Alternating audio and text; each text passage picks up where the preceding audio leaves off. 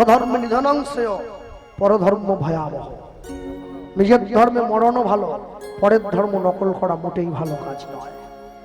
গরুও দুধ দেয়, ছাগলেও দুধ দেয়, কি দেয় না? গরুকে মাতা বলা হয়, গো মাতা। কেউ ছাগলকে বলে ছাগ মাতা, কেউ বলে ভেড়া তো দুধ দেয়, বলে ভেড়া মাতা। শুধু গো মাতা। গাভীকে মাতা বলা হয় কেন? গাভীর অঙ্গে ভগবান শ্রীকৃষ্ণের প্রধান অবলম্বন গাভী। হ্যাঁ, যার জন্য গাভীকে মাতা বলি, আমরা পুজো করি। বিষঅন্ন উপজয়, বিষ মানে ষাঁড়, বিষঅন্ন উপজয় সে হয় পিতা, গাভী মোদের দুগ্ধ দেয় সে হয় মাতা।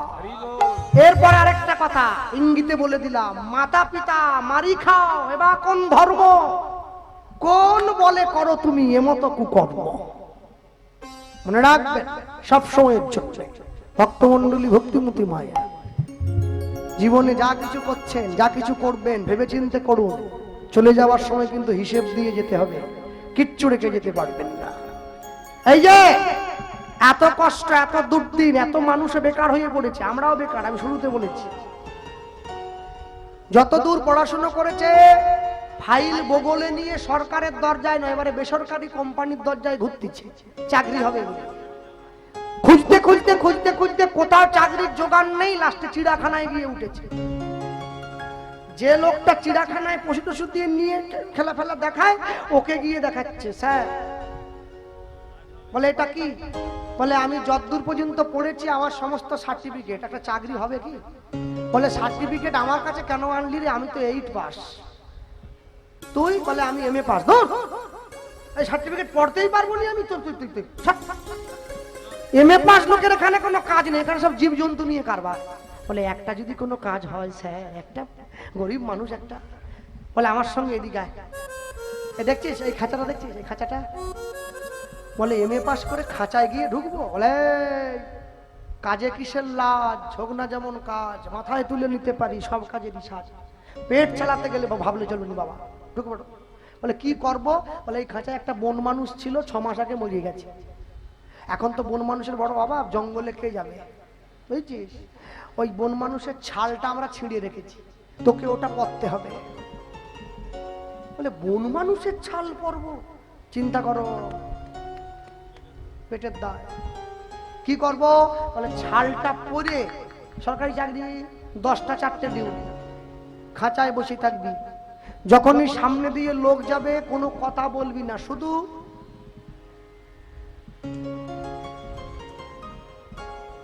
আবার যখন এদিক দিয়ে যাবে, বন মানুষ তো কথা বলতে পারে না, শুধু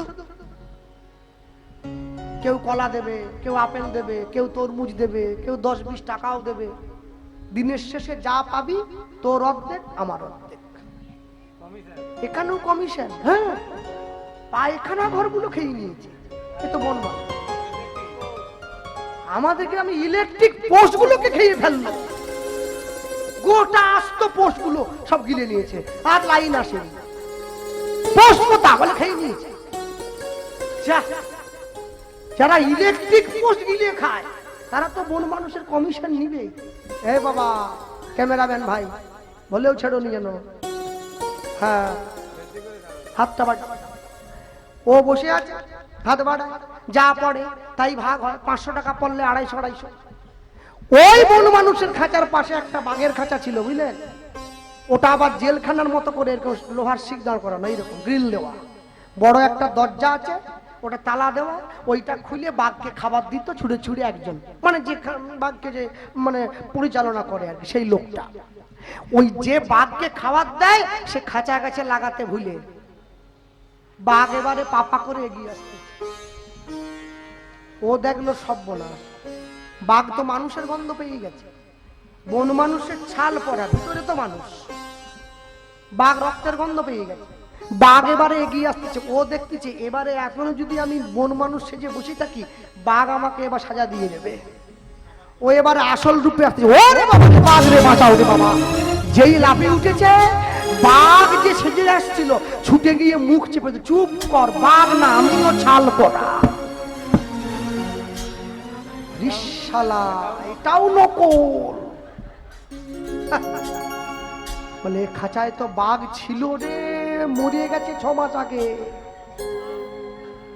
আমিও তোর মতো বেকার, কি করব, এইখানে এসছি। এরা বললো বাঘের ছাল পরে একটু হাঁটাহাঁটি করতে হবে, একটু লোককে ভয় টয় দেখাতে হবে। ও তখন বলতেছে তুই তো বাঘের মতো গর্জন করতে পারবি না। বলে বাঘ যখন বেঁচে ছিল বাঘের গর্জনটা টেপে রেকর্ড করে পিছনে রাখা আছে, মাঝে মাঝে চালিয়ে দেয়। যেমন ওই ছাল আছে বাঘ নেই, ছাল আছে বন মানুষ নেই, তেমনি শুধু মানুষ, মনুষ্যত্ব নাই। হরি বল। শুধু মানুষ ঘুরে বেড়াচ্ছে, শুধু মানুষ। হ্যাঁ, পশুবৃত্তি মানব জাতি করে গো পালন, অজ্ঞানতার অহংকারে পরিপূর্ণ মন। সাদা কালো মন্দ ভালো পশু জানে না, পশু জানে না, মানব জাতি জানে কিন্তু মেনে চলে না, মেনে চলে না। এমন কিছু মানুষ আছে এই সংসারে, এই সংসারে তাদের হৃদয়ে ভরা ময়লা, তারা ভদ্রবেশে ঘরে, ভদ্রবেশে ঘটে, ভদ্রবেশে ঘুরলে দেশে মানুষ বলে না, মানুষ বলে না।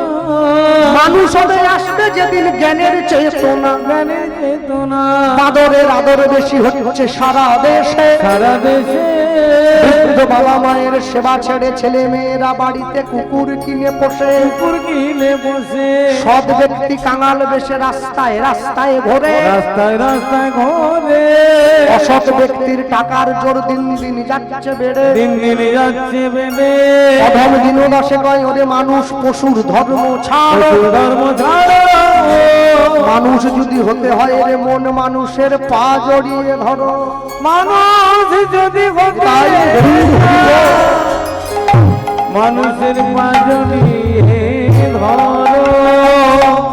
যে সমস্ত শিক্ষিত ছেলে মেয়েরা অনেক দূর পড়াশোনা করে, অনেক বড় চাকরি করে, ছোট ছোট পোশাক পরে নিজেদেরকে আধুনিক বলে মনে করো, শিক্ষিত বলে মনে করো, আমি মনে করি তাদের থেকে আমাদের মেদিনীপুরের গরুগুলো বেশি আধুনিক। ওরা কোনো পোশাকই পরে না, এমনি ঘোরে, তাহলে ওরাই শিক্ষিত। হ্যাঁ, মুসলমান বাড়ির মা বোনেদের দেহটা ঢাকা থাকে, চোখটা খোলা থাকে। হিন্দুদের দেহটা খোলা, চোখটা ঢাকা। এখন আমার এত বড় চশমা বেরিয়ে গেছে, কিছুই দেখতে পাইনি, সব ঢাকা আছে। গ্রামের লোক গরু চড়ায়, শহরের লোকে কুত্তা চড়ায়। আর যারা গরু চড়ায় ওদেরকে বলে গাইয়া ভূত। যারা গরু চড়ানোকে ছোট করে, কুকুর চড়ানোকে বড় করে, তাদের উচিত প্রত্যেকদিন সকালবেলা কুকুরের দুধ দিয়ে চা করে খাওয়া। খাওয়ার বেলা গরুর দুধ, আর চড়াবার বেলা আয় দেখে নিয়ে যাচ্ছে। নিয়ে গিয়ে দাঁড়িয়েছে, ছেলেটা একটু বড় হয়েছে, 10 বছর বয়স হয়ে গেছে। মাকে বলছে মা বাড়ির জালটা দাও তো। জাল নিয়ে যাচ্ছে, নদীতে জাল ফেলাচ্ছে। 10 বছরের ছেলে। বাঁকুড়া জেলায় ঢুকতে গেলে নদী একটা পড়ে, তার নাম বাঁকা নদী, এখনো আছে। হাতে জালটা নিয়ে বলো গোবিন্দ মাধব গিরিধারী, বলো গোবিন্দ মাধব গিরিধারী, রাধা রমণ হরি বংশীধারী, রাধা রমণ হরি বংশীধারী, রাধা রমণ হরি বংশীধারী, রাধা রমণ হরি বংশীধারী। বলো গোবিন্দ মাধব গিরিধারী, বলো গোবিন্দ মাধব গিরিধারী, বলো গোবিন্দ মাধব গিরিধারী। বলো গোবিন্দ মাধব গিরিধারী। নদীর পাড়ে দাঁড়িয়ে শ্রী গুরু নিতাই গৌর প্রেমানন্দ হরি বল, নিতাই গৌর। হরি হরি বল। জাল ফেলে ফেলেছে। যে ফেললো জাল, হ্যাঁ কোনটা? ও তারিখটা বলবো, 1486 খ্রিস্টাব্দ। হ্যাঁ, আর 1407 শকাব্দ। এই হ্যাঁ ঠিক ধরিয়ে দিয়েছে মহাপ্রভু। চল ফেলে দিয়েছে। প্রথম বাড়িতে জাল জলেতে ফেলিল, জলেতে ফেলিল, চন্দন মাখা তুলসী পত্র জালেতে উঠিল, জলেতে উঠিল।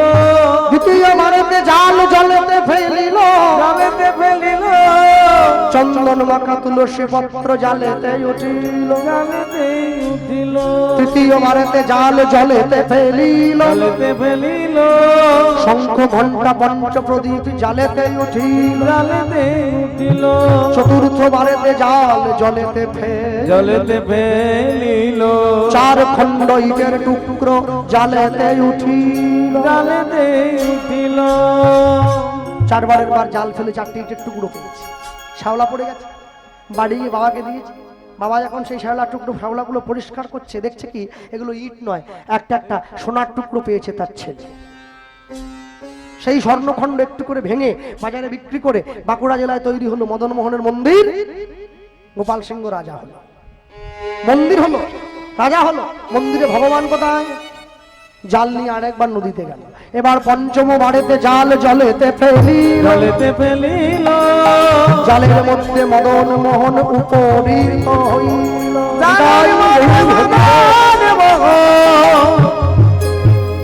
উপনীত হলো।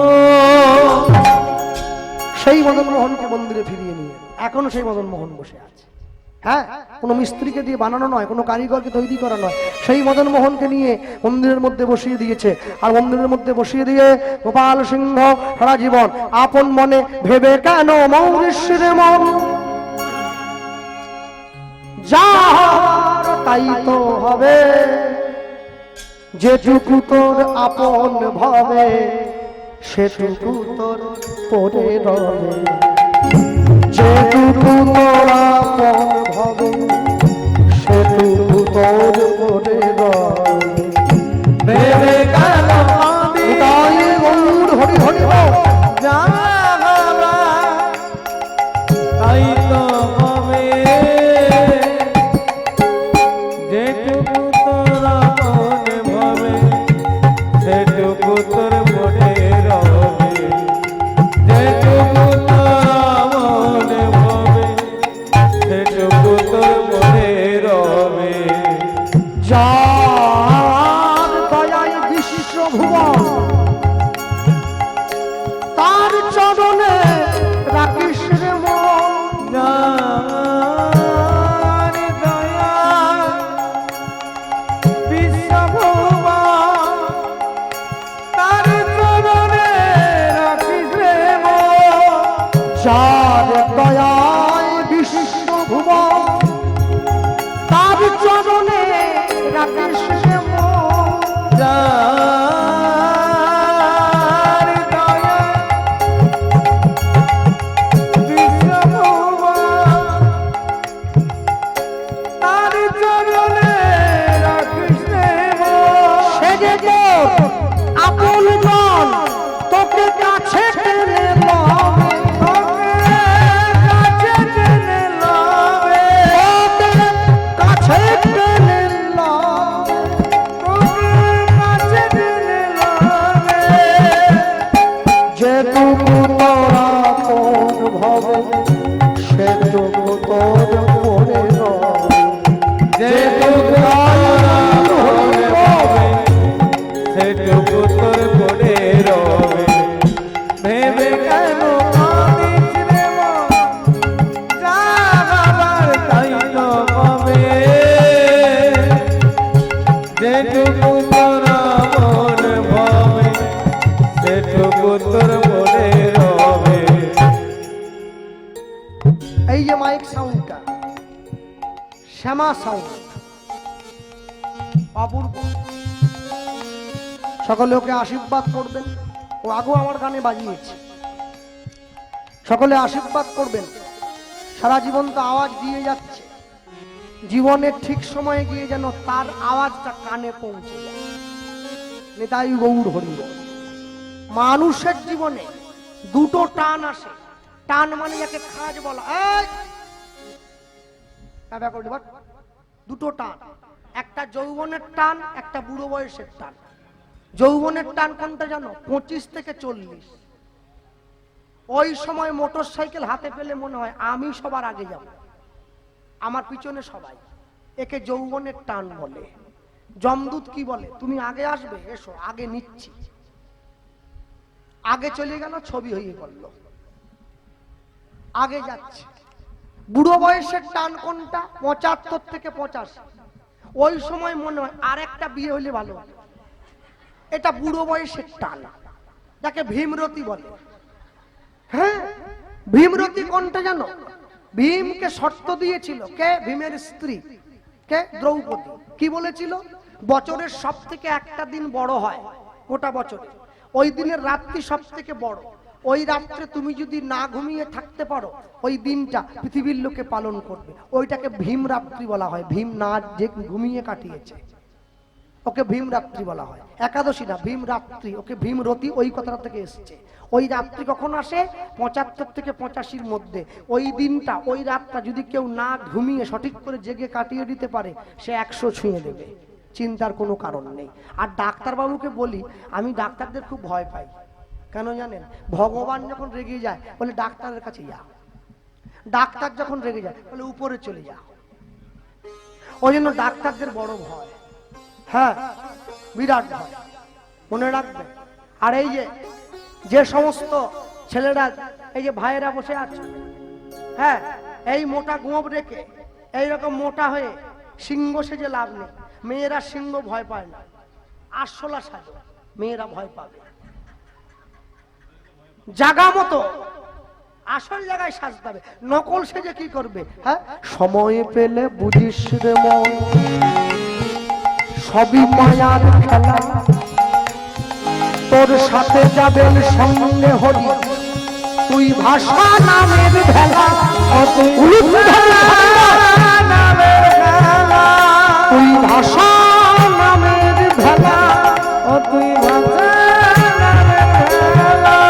মনে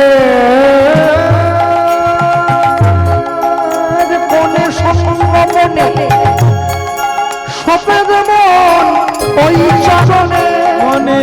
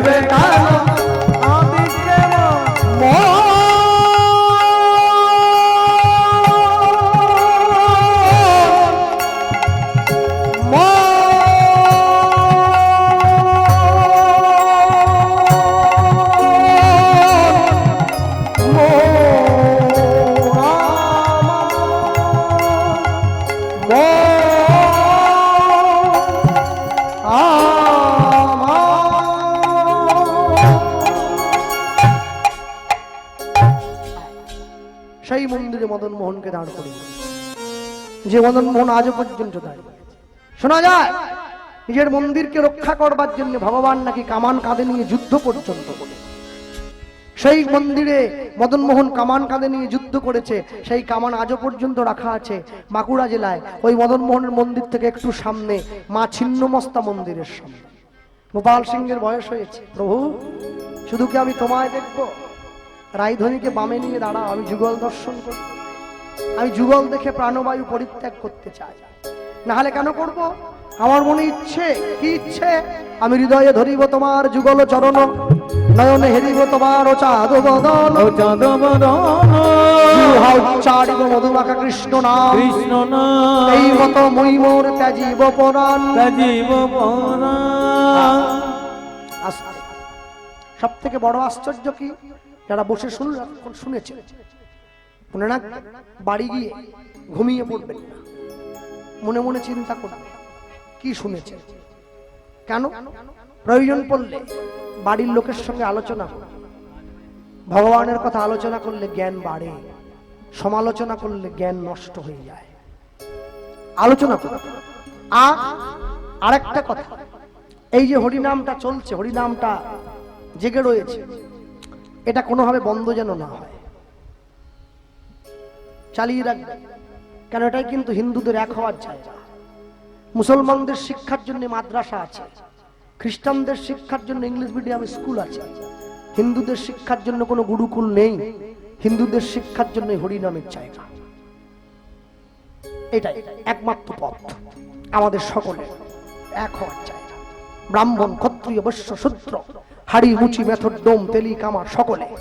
আর নগর সংকীর্তন হবে আগামীকাল, হ্যাঁ, সকলে বেরিয়ে আসবে। ওই চারটে ছেলে খোলনি হরে কৃষ্ণ হরে কৃষ্ণ, এ মরা পড়া কীর্তন যেন না হয়। গ্রামের সব মায়েরা বেরোবে। হ্যাঁ, গরমের জন্য বেরোবে নি। আর যখন বাড়ির থেকে টেনে বের করিয়ে দেবে তখন কি করবে? তখন কি হবে? গরমের কথা বাদ দিয়ে গায়ে একটু সুদল নিয়ে বেরিয়ে পড়ুন, সানস্ক্রিন নিয়ে একটু বেরোন। একদিনের তো ব্যাপার, সারা বছর তো বাড়িতেই থাকেন। মনে আচ্ছা, কখন হয় কীর্তনটা? টাইমটা নগর কীর্তন টাইমটা কটা? 9টায় করবে না, ওই যে বলছে সকাল সকাল করবে। 7টায় বেরিয়ে পড়বে, সকলে বেরোবে। আর তো গরম লাগবে নি। আমার গ্রামে এইরকম বহু অজুহাত এসছে, আমি সব নষ্ট করে দিয়েছি। বলে গরমে এই 5টায় বেরোবো, রোদই থাকবে না। চল, প্রত্যেকে শাক নেবেন, হাতে ঝাঁঝ কাশি নেবেন, নগর সংকীর্তনে বেরোবেন। কেন জানেন? হিন্দু যদি লাইন দিয়ে ঐক্যবদ্ধ হয়ে বেরোয়, তবে যারা আমাদের ক্ষতি করবে তারা কিন্তু বুঝবে হিন্দুদের একতা নষ্ট হয়নি। আমি এই জন্য বেরোতে বলছি, সকলে বেরোবেন, সকলে, একজনও যেন বাদ না। উত্তর 24 পরগনা আমি একটা বাসরে কীর্তনে যাই, 2 বছর গিয়েছি, মালঞ্চ হরিবাসর। ওখানে কীর্তনের শ্রোতা হচ্ছে কম করে 20,000 সকালবেলা। ওরা যখন নগর কীর্তন করে না, ওদের নগর কীর্তনের ছেলে মেয়েদের আলাদা লাইন হয়। লোক কত বেরোয় জানেন? 10,000। খোল থাকে 2,000। খোল যখন বাজছে নগর কীর্তনে, এলাকার মানুষ ভাবছে আকাশে বাজ পড়ছে। বেরোবেন, নগর কীর্তনে বেরোবেন, শুধু শঙ্খ নিয়ে বেরিয়ে পড়বেন, শাঁখ বাজাবেন, ঘুরে যাবেন। নগর কীর্তন হবে, মানুষে দেখবে, দেখে বুঝবে হিন্দু এক আছে। এটার জন্যই বেরোতে বলছি, এজন্যই বেরোতে বলছি। কেউ ঘরে বসে থাকবেন না, প্রত্যেকে বেরোবেন। আরেকটা কথা, যে কমিটির ভাইয়েরা এবং দাদারা আজকে হরিনাম, তোমরা হরিনাম যজ্ঞের দায়িত্ব নিয়েছ, এ তো মহৎ দায়িত্ব, সবাই নেয় না, অনেক হেডেক থাকে। এত বড় অনুষ্ঠানটা পরিচালনা করা, লাইট, মাইক, প্যান্ডেল, এত কিছু আয়োজন। তা আমি তোমাদের জন্য দুটো কথা বলবো। আগামী বছর থেকে তোমরা প্রত্যেকের বাড়িতে বাড়িতে যাও, গ্রামের মানুষের ভিক্ষা করার জন্য। তোমরা জামা গেঞ্জি পরে কেউ যাবে না, এতে ভিক্ষা কম হচ্ছে, ভিক্ষা কম হচ্ছে। টি শার্ট আর গেঞ্জি পরে ভিক্ষা দেবে না লোক। পাঞ্জাবি পরো, ধুতি পরো, একটা ওড়না নাও, একটা তিলক নাও, এইবার গিয়ে দাঁড়াও, দেখবে যে 50 দিত, 150 দিচ্ছে। লক্ষ্মীর ভান্ডার টাকা বের করে নিতে হবে। আমি পদ্ধতি বলে গেলাম, এই উপায়ে বের করে নাও। আরেকটা প্রতিজ্ঞা করবে, যে কজন কমিটিতে আছে হরিনাম চলাকালীন যে মদ খাবে, ঘাট ধাক্কা দিয়ে কমিটি থেকে বের করে দেবে। হ্যাঁ, এইটা কিন্তু বড় দায়িত্ব। কেউ নেশার জিনিস নিয়ে হরিনামে যেন না ঢুকতে পারে। কেন বলতো? 1 ফোঁটা কালো রং যদি অনেকগুলো রঙের মধ্যে পড়ে যায়, সব রংকে নষ্ট করে দেবে। ওই জন্য কালো রং হতে সাবধান, খুব সাবধান। ভারতবর্ষের পতাকার 3টে রং, গেরুয়া, সাদা, সবুজ, কালো নেই। সব সময়ের জন্য। আর মনে রাখবেন, বিপদে পড়লে এক হয়ে পাশে দাঁড়াবেন, কেউ কারো তোয়াক্কা না করে মানুষের পাশে গিয়ে দাঁড়াবেন। কেন বলুন তো? আপনার বাড়ির মেয়ের যদি ক্ষতি হয়, আপনি ভাবছেন, পাশের বাড়ির লোক ভাবছে ওর মেয়ের ক্ষতি হচ্ছে, আমার তাতে কি, একদিনকে আপনার মেয়েরও ক্ষতি হবে। সব সময়ের জন্য পাশে গিয়ে দাঁড়াবে। দেখো দেখি কোথায় যাচ্ছ? হয়ে গেছে দাঁড়াও, আরে হয়ে গেছে, আমি চাটনি দিচ্ছি এবার তো। হ্যাঁ, সকলের জন্য বললাম, কেউ কোনোভাবে নিজের ধর্ম নষ্ট করবে না। আর ওই কালো পলিস্টিকের ব্যাপারটা যেটা বললাম, ওটা আগামী থেকে করে দেবে একদম। ওইখানে গেটের সামনে দুটো ছেলেকে দাঁড় করিয়ে দেবে। হ্যাঁ, দুটো ওই পলিথিন দেবে, পলিথিনের মধ্যে জুতোটা ভরবে। আমি এমনও হরিসভায় গিয়েছি, তোমরা ভাবলে অবাক হয়ে যাবে। ওইখানে একটা পুকুর থেকে তারা মেশিন চালিয়ে জলের ব্যবস্থা, যত মানুষ আসছে সকলের পা ধুইয়ে দিচ্ছে পাটার উপরে। তারা পা ধুয়ে জুতো খুলে প্লাস্টিকে ভরে হরিনাম শুনতে আসছে। এতে গ্রামের কল্যাণ, দশের কল্যাণ। সাধুগুরু বৈষ্ণবের পা ধুইয়ে দিচ্ছে গ্রামের ছেলেরা। হস্তিনাপুরে দৃষ্টির মহারাজের যজ্ঞে ভগবান কৃষ্ণ সকলের পা ধোয়াবার দায়িত্ব নিয়েছিলেন। মহাভারতে আছে না, সকলের পা ধুইয়েছেন ভগবান হয়ে। কেন? আমি আসিব যাইব তোমার চরণ সেবিব। আস্তে আস্তে করে নিয়মগুলো করবে, এতে গ্রামের কল্যাণ, দেশের কল্যাণ, দশের কল্যাণ। 1 মাস মুসলমান বাড়ির ছেলেরা রোজা পালন করেছে, 1 মাস। তাহলে 1 মাস যদি পালন করতে পারে, আমরা গ্রামের মানুষ বছরে 2 দিন হরিনামে নিষ্ঠা আনতে পারি না? চাইলেই পারি, কিন্তু ওই সবার আগে চাইতে হয়, অন্তরটাকে সৎ করতে হবে। ভক্তমন্ডলী, ভক্তিমতী মায়েরা ওই নিয়ে গিয়ে দাঁড়ানো। আর যে নিয়ে দাঁড়িয়ে একটা কথা কি জানেন, জগতে সকলে ভালো থাকতে চায়, সকলে সুখী হতে চায়, কিন্তু সকলে পারবে না। বিখ্যাত গান ছিল না, বলো ভালোবেসে সুখী হতে, বলো কে না চায়। রাধা সুখী হয়েছিল পেয়ে শ্যামরায়।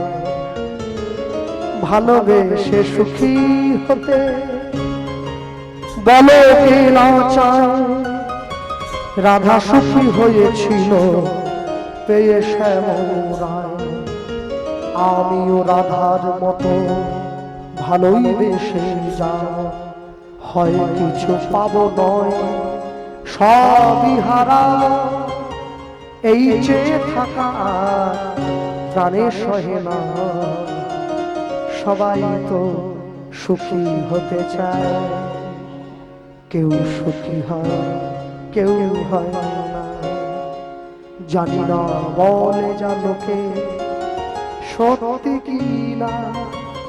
কপালে সবার নাকি সুখ হয় না, সবাই তো সুখী হতে চায়। কেউ সুখী হয়, কেউ হয় না।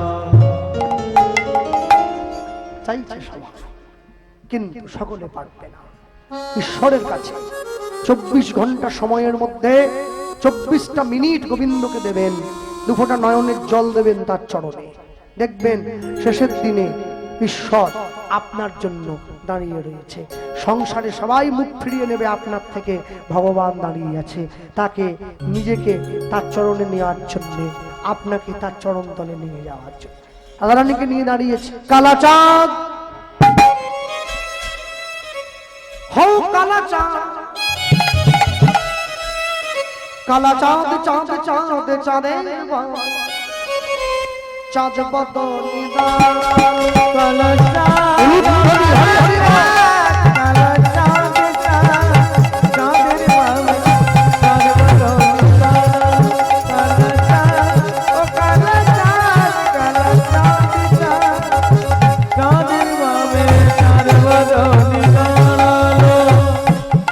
বদনি দাঁড়াইল মোদের প্রেম মই দাঁড়ালো।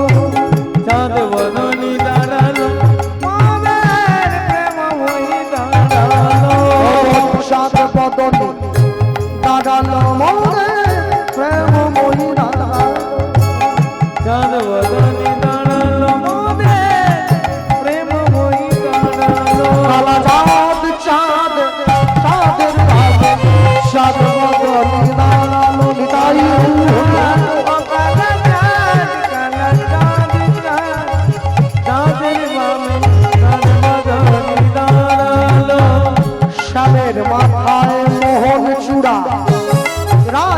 মাথায় বেনি শ্যামের হাতে মোহন বাসি বেনি হইল ফণি শ্যামের মাথায় মোহন চূড়া রায়ের মাথায় বেনি শ্যামের হাতে মোহন বাসি বেনি ধরে ফণি শ্যামের মাথায় মোহন চূড়া রায়ের মাথায় বেনি শ্যামের হাতে মোহন বাসি বেনি ধরে ফণি শ্যামের মাথায় মোহন চূড়া রায়ের মাথায় বেনি শ্যামের হাতে মোহন বাসি বেনি ধরে ফণি কালা চাঁদ চাঁদ চাঁদের বালে সাত বদল নাড়া হরি হরি বল।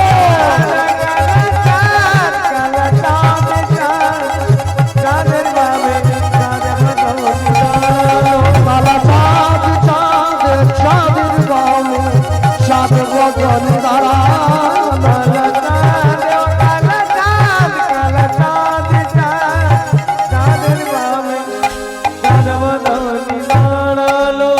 ওই দাঁড়িয়ে আর যেই দাঁড়িয়ে পড়লো ওই দাঁড়িয়ে গোপাল সিংহকে মাঝে দিয়ে রাধারানী আর গোবিন্দকে দুই দিকে দিয়ে আমরা কি বলবো তাকিয়ে দেখো ভক্ত শনে ভগবানে মধুর মিলন ভক্ত শনি ভগবানের মধুর মিলন ধ্বনি হরি ধ্বনি ভরিল ভুবন উলুধ্বনি হরিধ্বনি ভরিল ভুবন ভক্ত শনে ভগবানে মিলন হইল